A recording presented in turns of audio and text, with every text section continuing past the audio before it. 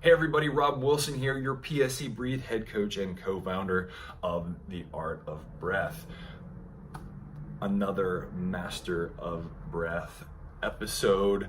I love finding these new folks. It's so amazing how many people have contributed to this enormous body of knowledge in breath work and breath control for so long. Right now it's like the thing and it seems so novel, but so many people have been doing good work for such a long time that I'm always jazzed when I have something new to share with you guys. So anyway, today's episode is about Dr.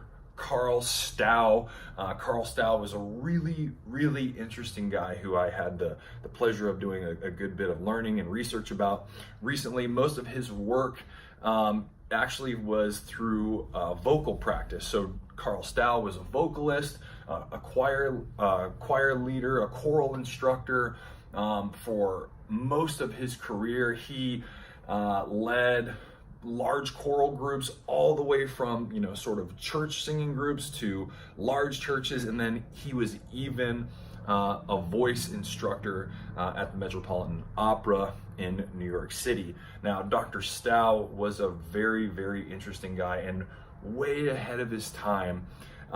He noticed that when he was helping singers, because of course breath control and the ability to modulate pressure with the diaphragm and then use the vocal cords to project is really important for singing and theater acting so that you can project sound into the audience or the microphone.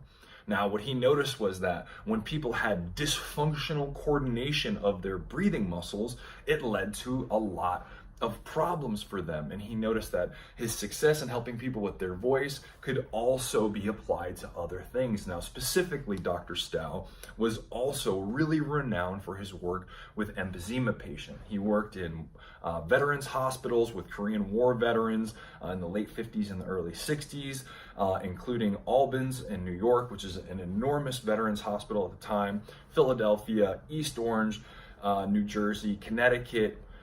He went all over the place sharing his knowledge, and interestingly enough was kind of laughed at until physicians saw that his work with their patients made a substantial difference in their recovery rates. Now, one really cool thing, and this is the way I found out about Dr. Stough, is that he was brought in to the 1968 Olympics as a teacher and a coach for the track and field team. So in '68, the Olympics were held in Mexico City, and they were really concerned because the altitude there is above 7,000 feet.